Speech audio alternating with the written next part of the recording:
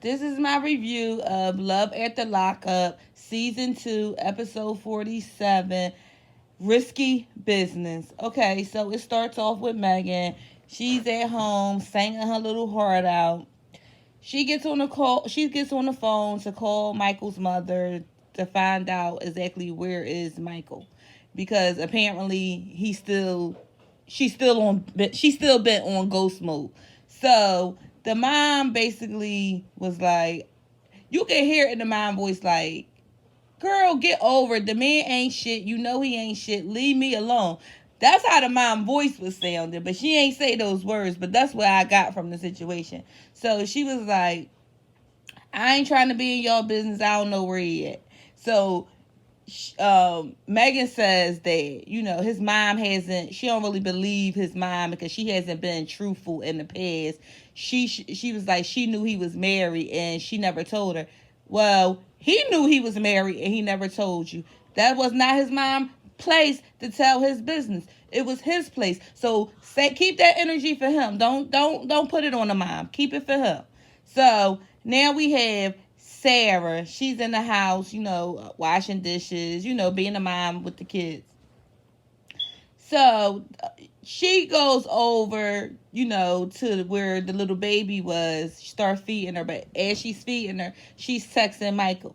So the producer like, you guys just had a fight yesterday and now you texting them like he already over. You can. I'm like, oh my God, you done pissed the damn. You done showed the producer that you full of shit. You know what I'm saying?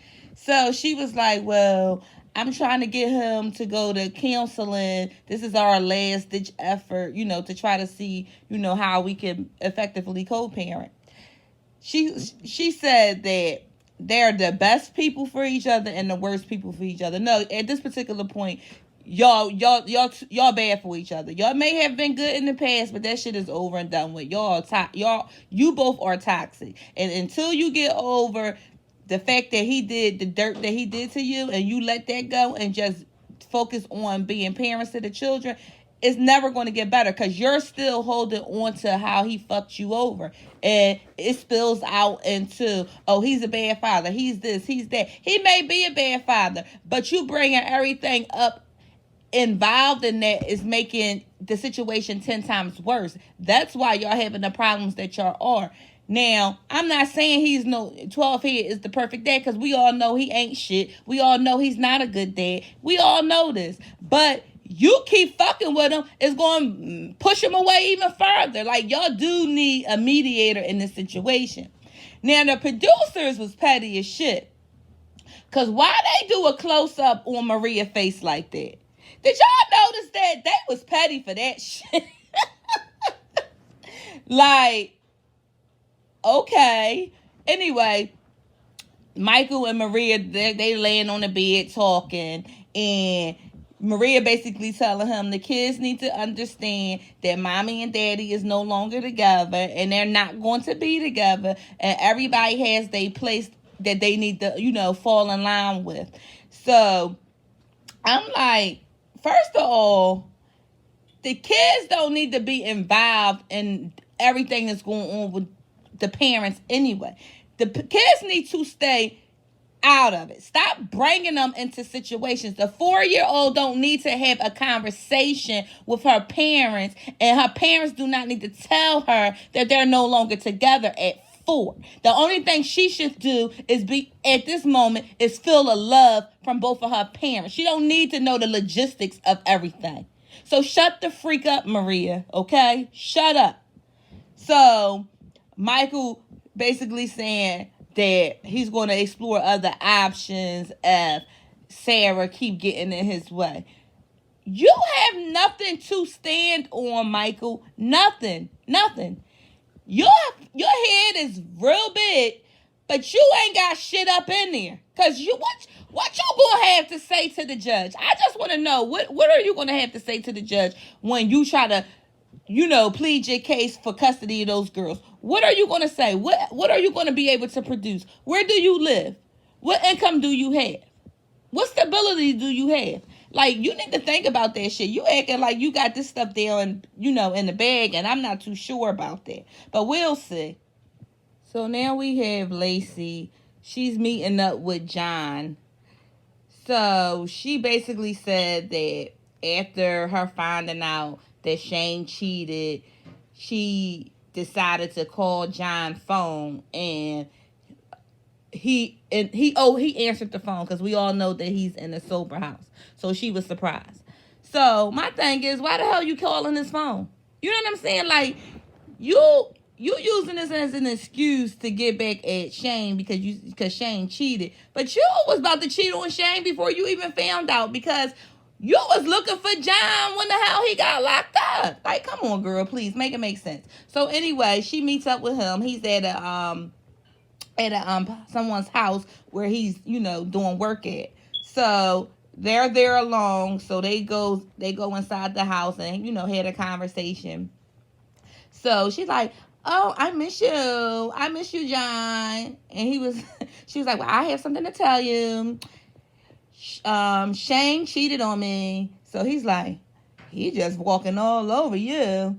I'm like, so she basically told him how she is sorry about how everything took place between the two of them, and how she misses him. That she was saying to, like, in her confessional, how the only thing that was always in between him and her was the drugs. Like, that's a big thing. Drugs is a serious thing. You talking so cavalier, nonchalant about it, but it is a big issue, him being on drugs. Okay, it's an epidemic going on around here with these people on these opioids and everything like that. So don't try to downplay it, sis. Okay. Anyway, so she was basically telling him how Shane cheated on her, and how she made a mistake, and she's sorry for doing what she did. And he told her that this was like a last ditch effort, like this sober house. He was like, so he's not going to go back to doing the things that he was doing. But he said that over and over in the past before, and he's like, he's going to do right by her. It almost sounds as if they're trying to start a new life together. But one thing that they're not taking into consideration is she's a married woman. So, it's another person that is in play here. So we'll see how that turns out. But, whatever. So now we have Goddess and Clint. So it starts off with the producer going into the house, looking for the both of them. So you see Clint, he's in hysterics, basically, trying to get in touch with Tracy. So Tracy ghosted his ass. He tells us that they had good sex last night, and she took the car, and left. Now, I could have lived my whole life without picturing the fact that you guys had sex. You could have left that shit out, Clint. I'm just saying. Anyway, so he's, in hysterics. You know what? I'm tired of them keep pushing this shit on us with Clint, making it seem like he's the sober one and she's the druggie. You could look at him and tell he's on some shit too. So y'all need to stop pushing this, sick narrative, and let's get to the real truth behind the both of them. They both are on some shit, okay? It ain't just Tracy. So Tracy finally calls, and Tracy was like, "I hate you." And he was like, "Well, I love you." She was like, "I hate your ass," or whatever. So Tracy is mad because Clint is trying to convince her to go to rehab. Because, when he talked to the lawyer prior to bailing her ass out, he said that that's going to be the only thing that's going to make her her charges look good to the judge, if she shows that she's trying to clean her act up.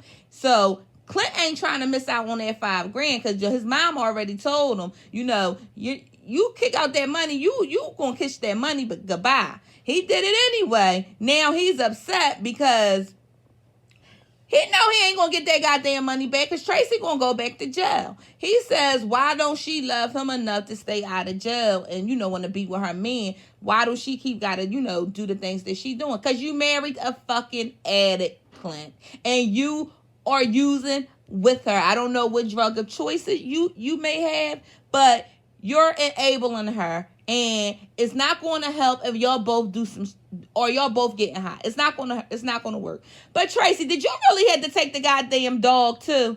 Like, come on, Tracy, you took the dog. What you gonna do with it? Like, what are you doing with the dog? Oh my god. So now we have the Lamar and Andrea they're there with the whole family.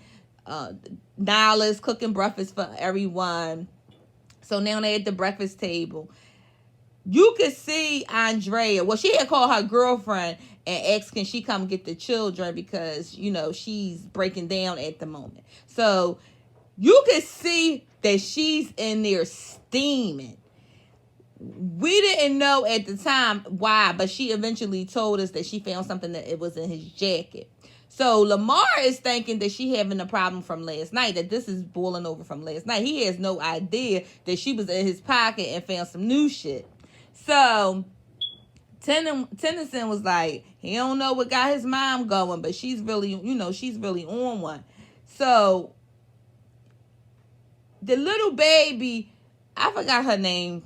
Dang, Priscilla. That's the little girl name. You could tell, like, she feeling the energy and it's making her sad because Lamar is actually her dad. And I think she probably want them to work, but the energy is off. And you could look in little Priscilla's face and tell that she was upset. So they were joking around. She made a joke that she poisoned the food. So Lamar's like, you really gonna poison the whole family? And Nyla was like, even your 7-year-old daughter. But they joked it off, laughed and everything. If y'all looked at those plates, Andrea's plate was the one that was clean. Everybody else still had food on there. Andrea ass, she cleaned that goddamn plate. Okay, moving on for them for now. We have Cheryl and Josh. Cheryl's waiting at the potential new house for Josh. Apparently, he's like a half an hour late. So she's jumping down his throat, asking him, why was he so late? He was like, because I was at this thing called a job, where I work. Like, Cheryl, you gonna have to find something else to be mad about, because if you guys are looking for a place now and he's at work and that's what make him a little bit late, I think that's something that you could overlook, seeing as how you guys are going to have rent. So he's going to need that job to help pay for rent, not unless you trying to pay for it all. And then we find out if you even found the job since you've been down there, because you're relocating. So right now, that income that he's bringing in is probably the only income that's coming in at the moment. So I think you need to hush your mouth. So he's basically over her. He says that's all she do is bitch. He said to her, he was like, I'm over this shit. He was like, I'm over. He was like, because what if what if we, start, live together and you get overwhelmed and we start arguing and someone hears us and call the cops? I'm going to go back to jail. I'm not willing to risk that. You know what I'm saying? So then she all shutting down. He asking her why she, acting all lethargic. And she was like, I just don't want to argue anymore. I just don't want to. He was like, well, we don't have nothing to argue about anymore because we're done. Like, he basically was over her at that particular moment. He was like, you might as well go back to Colorado or wherever she's from. I forgot. He said, you might as well go back there and because there's nothing here for you. It's nothing here for you. For real, they really don't have much going on. So I wouldn't care if they get off the show because they're not giving me energy anyway. The mom brings me to life between those two because she crazy as hell. Cheryl, she scares me. Like, you see her face? Oh my gosh, she's horrid looking. Like, it's almost to the point of it being kind of creepy. So, yeah, I wouldn't be sad to see those two go, okay? I just wouldn't. So now we see Brittany and little Giovanni. They got a surprise for Marcelino. So they comes in the house with this cute little dog. He's so cute. They all cute when they little any goddamn way. So they start biting up your shoes, biting up your pocketbooks and stuff like that. Anyway, so the producer asked, why did you buy a dog? She said, because I wanted to. You know what I mean? She was like, I just felt like buying it. She was like, with everything that's going on, with the stress of her finding her kids and, the new baby and everything like that, she said, the family needs something to love on. So she brought a puppy. So Marcelino, he wasn't too happy about it, because what Brittany don't know is Marcelino's not making money doing this poker. He actually is losing money, and he's worried about that. He was like, she keeps spending and we don't really have the money for her to be spending. So he said that, she asked him, did he pay the bills? He was like, yeah, I paid all the bills. He was like, and there's money in the envelopes, So he was telling her that he was about to go out and play poker. It was like, and it's a good thing that you came before I left, because now I know I'm gonna have to buy puppy supplies. I guess the little money that he had left in his hands was like the little extra after all the bills and stuff was taken care of. And now she brought that damn puppy. Now that's going to take out of his little spending money. So she was like, well, I just got here. And he was like, well, I got to go. So he ended up leaving. And she was like, out of all things he can be mad about, he's mad about a puppy. But you making these decisions and you're doing a lot of things for you not to have income, Brittany. You gotta be a little bit more not understanding, but you gotta be more you have to think more about the bigger picture. You cannot just think, oh, he's working, I could do what I want. No, you have to slow it up a little bit, Britt. You have to slow it up. Until you bringing something to the table, you gonna have to slow it up. So moving on from now, we got Lacey and Shane again, because she already teased that she had something to tell him. So he was thinking she was pregnant, but she had to tell him that she had got John, Lacey and John, but she forgot teased that she had something to tell him, so she told him that she had got Shane name tattooed on her Kit Kat, her little Kit Kat. So he was a little pissed off. He was like, "You got that punk name, tatted on you." So I know it was stupid, type situation she's saying. Anyway, so he was like, well, when are you going to handle the situation? Because I guess he was like, I'm still number one. And she's saying she don't know what she's going to do when it comes to John. What you mean you don't know what you're doing coming to John? This is the manipulation shit that his sister was talking about. Shane, John's sister was talking about. Because you talking to John as if you and him are going to be together. But then you saying to the producers you don't know what you're going to do with Shane and where it's going to go. Well, the way you acting with John is if you already know that you and Shane is over. Like, make it make sense, Lacey. Make it make sense. So she was like, everybody make mistakes. Listen, you making a lot of mistakes. So she like, do you forgive me? And he like, yeah, I'll forgive you. He gave her a hug and everything like that. I'm so over her because I don't know what she got, but she got these two men going crazy over her. Like, John is still in love with her, point blank period. Like, he claiming that he says he's number one. He said, you allowing this little young punk, this little country boy coming into your life living, he been living off of you for 6 months. So I'm like, you mean to tell me Shane ain't bringing nothing to the table? Because we haven't seen him work. That's all we seen him walking around with that goddamn soda for the whole goddamn for 2 episodes straight. So he ain't bringing no money to it. That's all he doing is bringing his ding-a-ling. Come on, Lacey. You got to be a little smarter about this. You in love with a bum and you in love with a heroin addict. Like, make it make sense. So now we see Mama Tina. Well, we see Josh. He's calling his mother to pick him up. So she asks for the location. So we see Mama Tina. She pulls up to get her little son. So he was telling her how it was over.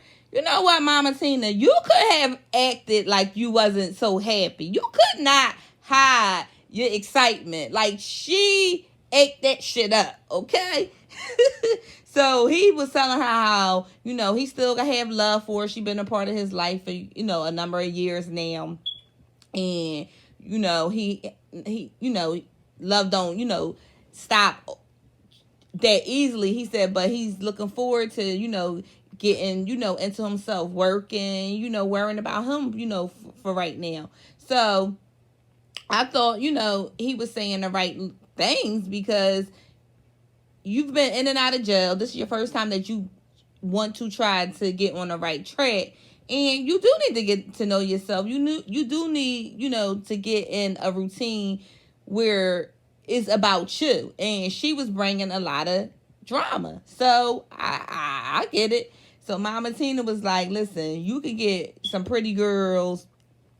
And she was like, she basically was saying that she wants the best for Cheryl too. She was like, cause she like getting serial killers, so maybe she'll meet one of those. I was like, Mama Tina, you always gotta do a stab.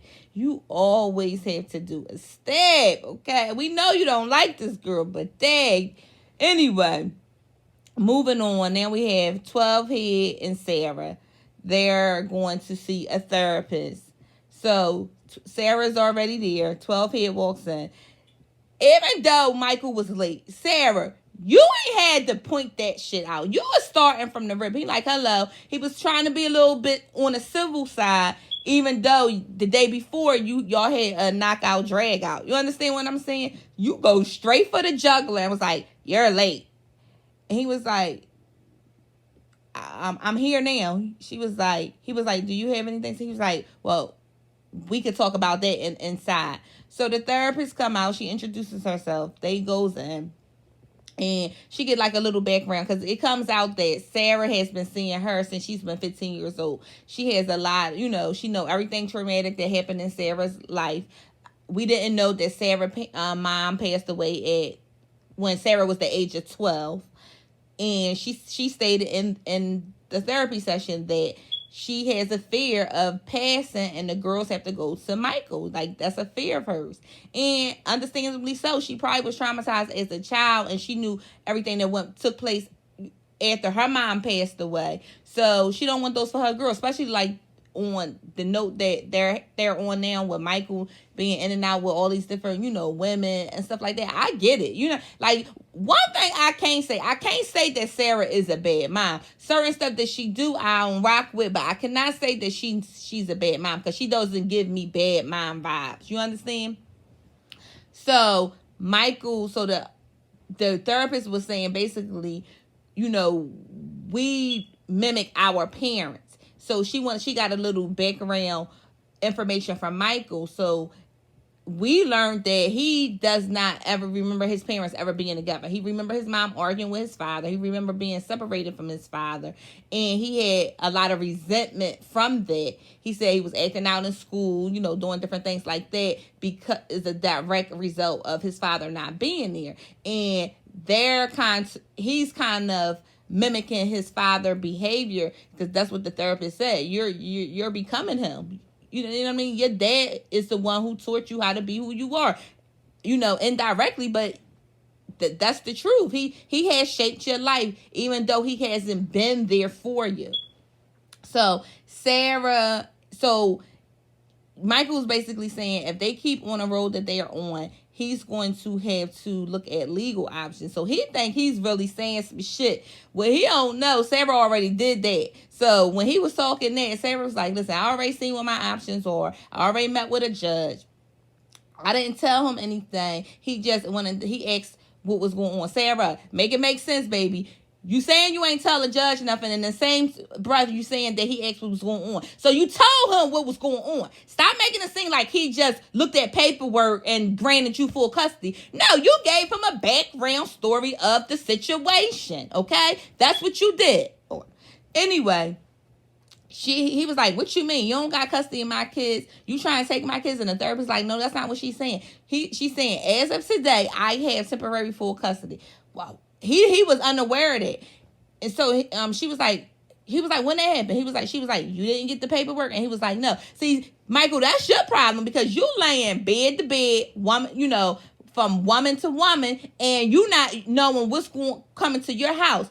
If you would have been home, you would have seen the paperwork. And if your mom seen so much in your business any other time, she ain't tell you had mail from family court. She didn't tell you that. Like, come on, you need to clean your shit up. You need to get your shit together. Get a stable address. You know what I mean? Come on. You busy saying how you want to be there for your children, this and the other. You can't even be in one place to get mail to fight for your damn kids. So I'm over. So moving on from them, now we see Marcelino. He's driving in a car. And he's talking to the producers, and he basically saying how he has lost a couple $1,000s in a short period of time, which is equivalent to a couple months of mortgage payments. He said he doesn't feel like he needs to tell Brittany what's going on at the moment. As long as the plate is still spinning, they'll be fine. So he said he just needs something to take his, the edge off. Now he pulls up to this house, and a woman opens the door. So she's like, "Marcelino, hi." So she was like, "You want anything?" So he said he want, a beer would be nice. So as the door shut and you heard her ask him, "Well, do your wife know that you here?" So I don't know what the situation with those two are. I don't know if she a dominatrix. I don't know if she's a therapist. I don't know what she is. So we'll find that outcome next episode.